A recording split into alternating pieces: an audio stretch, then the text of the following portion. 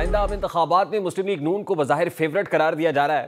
ہر طرح کا میدان ان کے لیے سازگار ہے۔ نون لیگ کے سیاسی مخالف پنجاب میں یا تو بہت زیادہ کمزور ہیں اور جو بظاہر طاقتور تھے 9 مئی کے بعد دیوار سے لگے ہوئے ہیں۔ اس طرح نون لیگ کے لیے پنجاب کی حد تک میدان خاصا صاف دکھائی دے رہا ہے۔ اس کے باوجود یہ جماعت اندرونی طور پر تنازعات کا شکار ہے۔ نون لیگ پی ڈی ایم حکومت میں رہنے والے اتحادیوں کے ساتھ تو راہ و رسم بڑھا رہی ہے، لیکن اس کے اپنے امیدواروں میں اضطراب اور کشمکش ہر گزرتے دن کے ساتھ بڑھتی چلی جا رہی ہے۔ ٹکٹوں کو لے کر بہت سے حلقے ایسے ہیں جہاں نون لیگ کے 2 یا 2 سے زیادہ ہیوی ویٹ سامنے اور کسی طور پارٹی فیصلوں کی پابندیوں کے خلاف آواز بلند کر رہے ہیں۔ امیدواروں کے ٹکٹوں کی تقسیم مسلم لیگ نون کی قیادت کے لیے درد سر بن گئی ہے۔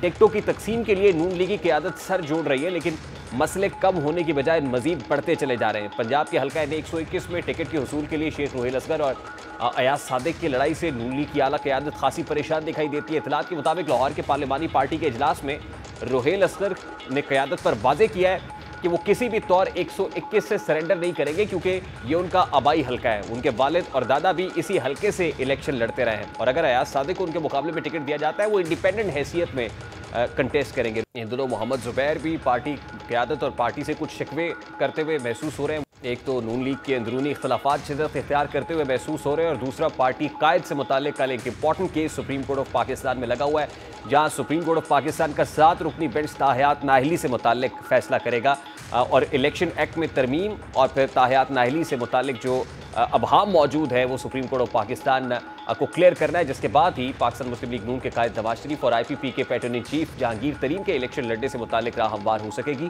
اس وقت غوث خان نیازی پاکستان مسلم لیگ نون کے رہنما ہمارے ساتھ موجود ہیں، ان سے بات کرتے ہیں۔ السلام علیکم نیازی صاحب، بہت بہت شکریہ آپ کے وقت کے لیے۔ سب سے پہلے تو یہ کہیے گا کہ سپریم کورٹ آف پاکستان کا 7 رکنی بینچ کل امپورٹنٹ کیس کی سماعت کرنے جا رہا ہے، کیا پارٹی قائد میاں نواز شریف الیکشن لڑتے ہوئے دکھائی دے رہے ہیں آپ کو؟ جی بالکل، میاں صاحب کیس الیکشن لڑیں گے۔ جن کیسز کی بنا پہ میاں صاحب کو نائل کیا گیا اور جس جو فیصلہ ہوا تھا کہ اس میں کہ بظاہر لگتا ہے کہ میاں صاحب اس کیس میں انوالومنٹ ہے، اس لیے میاں صاحب کو نائل کیا جاتا ہے فار ایور۔ لیکن جن پہ کیسز پہ اور وہ جو جیسے ریاض الحسن کے نگرانی میں بورڈ نے سماعت کی اور فیصلہ دیا، پھر ہائی کورٹ نے اس کو سیٹ اسائڈ کر دیا، اور جس فلیگ شپ کے تو ویسے بری ہو گئے میاں صاحب۔ تو میرا خیال میاں صاحب الیکشن لڑیں گے۔ پچھلے 2018 کے الیکشن میں کئی ایسے مسائل ہیں کہ سپریم کورٹ اگر میاں صاحب الیکشن لڑیں گے تو پھر کیا بانی چیئرمین پی ٹی آئی بھی الیکشن لڑ رہے ہوں گے؟ کیونکہ ان کی سزا بھی معطل ہے، لیکن نااہلی کا فیصلہ برقرار رکھا گیا۔ اس فیصلے کو سپریم کورٹ آف پاکستان میں پی ٹی آئی نے چیلنج کیا، تو کیا پھر بانی چیئرمین پی ٹی آئی کو بھی الیکشن لڑنے کا حق ہونا چاہیے؟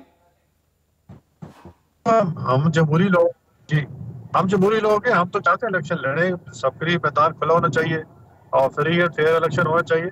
ہم تو کبھی نہیں ڈرے سے، بالکل اس کو موقع ملنا چاہیے۔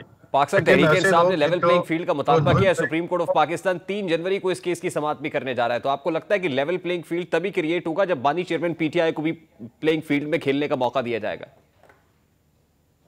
دیکھو، جو لوگ 9 مئی کے واقعات میں ملوث ہیں، اگر خان صاحب اس میں ملوث ہیں یا کوئی اس پہ جرم نہیں ہے، اگر اس پہ وہ کوالیفائی کرتے ہیں تو الیکشن لڑنا چاہیے۔ ہم نے کب کہا ہے؟ دیکھو، ہم اس میں مدعی تو نہیں ہے، قانون نے اپنا راستہ بنایا ہے اور اس پہ ڈسکوالیفائی 5 سال کے لیے ہو گئے تھے۔ نہیں، لیکن ڈسکوالیفیکیشن تو نیازی صاحب توشہ خانہ کیس میں ہے نا، ڈسکوالیفیکیشن 9 مئی میں تو نہیں ہے۔ اگر نہیں ہے تو جس کیس میں نااہلی ہوئی ہے اس میں توشہ خانہ کیس، اس میں اگر وہ الاؤ کرتے ہیں، معطل ہے، اگر پھر معطل کا مطلب یہ نہیں ہوتا کہ کیس ختم ہوگا، کنوکشن تو ہے اس میں، اگر معطل ہے تو وقتی طور پر معطل ہے نا، تو اس کو کورٹ یہ دیکھے گی، سارے پہلو دیکھے گی۔ ایسا بلے کا نشان پی ٹی آئی کو ملنے پر تو پوری نون لیگ سراپا احتجاج ہے، عدالت کو ہدف تنقید بنائے ہوئے ہے، تو اگر بانی چیئرمین پی ٹی آئی کو بھی الیکشن لڑنے کا موقع فراہم کر دیتی ہے عدالت، تو پھر خاص طور پہ آپ کی جو پارٹی ہے وہ عدالت کے ساتھ کیا کرے گی؟ دیکھو جی، ہم اس بات پہ نہیں ہے کہ بلے کا نشان مل رہا ہے، ہمارا یہ موقف ہے کہ عدالت سے ان کو آؤٹ آف دی وے جا کے ریلیف ملتا ہے۔ یہ ہم نے بھی 3-4 سال گزارے ہیں جیلوں میں اور ہمیں پابند سے حاصل کیا گیا اور ان کو اتنی سہولتیں دی جا رہی ہیں۔ اب دیکھو، خان صاحب کی جتنی جیل میں سہولتیں کسی عام قیدی کو میسر نہیں ہے۔ ہمیں تو وہ مطلب کوئی شک نہیں ہوتا تھا، اور پھر اس پہ جو کھانا جو ہے وہ جیل کا کھانا دیا جاتا تھا، ان کو پسند کا کھانا دیا جا رہا ہے، ان کو